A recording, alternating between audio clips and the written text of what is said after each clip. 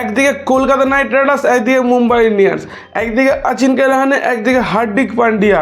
হার্দিক পান্ডিয়া টসে জিতে কলকাতাকে ব্যাটিং করার সিদ্ধান্ত দেয়। কলকাতার হয়ে ব্যাটিং করতে আসে ওপেনিং হিসেবে অজিঙ্ক্য রাহানে এবং ফিন অ্যালেন। অজিঙ্ক্য রাহানে এবং ফিল অ্যালেন ভালো স্টার্টিং করে দেয়। অজিঙ্ক্য রাহানে 40 বলে 67 রান বানায়, যেখানে 3টে 4 এবং 5টা 6 মারে। ফিন অ্যালেন 17 বলে 37 রানের ইনিংস খেলে, 6টা 4 ও 2টো 6 মারে। 217 স্ট্রাইক রেটে ফিন অ্যালেন ব্যাটিং করেছিল। ক্যামেরন গ্রিন বেশি রান বানাতে পারেনি, 10 বলে 18 রান বানায়। অঙ্কিশ রঘুবংশী 29 বলে 51 রান একটা ভালো ইনিংস খেলেছে, 175 স্ট্রাইক রেটে ব্যাটিং করেছে। তারপরে ফিনিশিংয়ে রিঙ্কু সিং এসে 21 বলে 33 রান বানায়।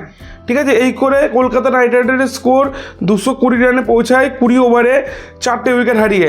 এক সময় মনে হচ্ছিল 250-এর কাছাকাছি পৌঁছাবে, কিন্তু লাস্টে ফিনিশিং কিন্তু কলকাতা ঠিকমতো হয়নি একদমই।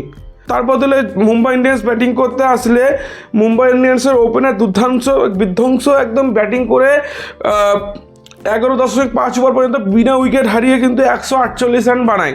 ঠিক আছে, তো তোমার সেখানে রিয়ান রিকালটন 43 বলে 81 রান এবং রোহিত শর্মা কিন্তু 38 বলে 78 রান বানায়। বিধ্বংসী ওপেনিং কিন্তু জুটি এখানে মুম্বাই ইন্ডিয়ান্সে দেখা যায়। তারপরে সূর্যকুমার যাদব ইম্প্যাক্ট প্লেয়ার হিসেবে আসে, সে 8 বলে 16 রান বানায়।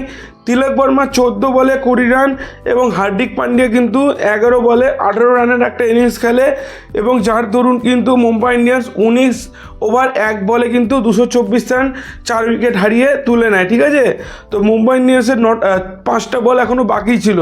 তো এই ছিল কলকাতা ভার্সেস মুম্বাই ইন্ডিয়ান্সের স্কোর কার্ড। তোমাদের ভিডিওটা যদি ভালো লাগে থাকে তাহলে কিন্তু ভিডিওটাকে একটা লাইক এবং সাবস্ক্রাইব অবশ্যই করে দেবে। ধন্যবাদ।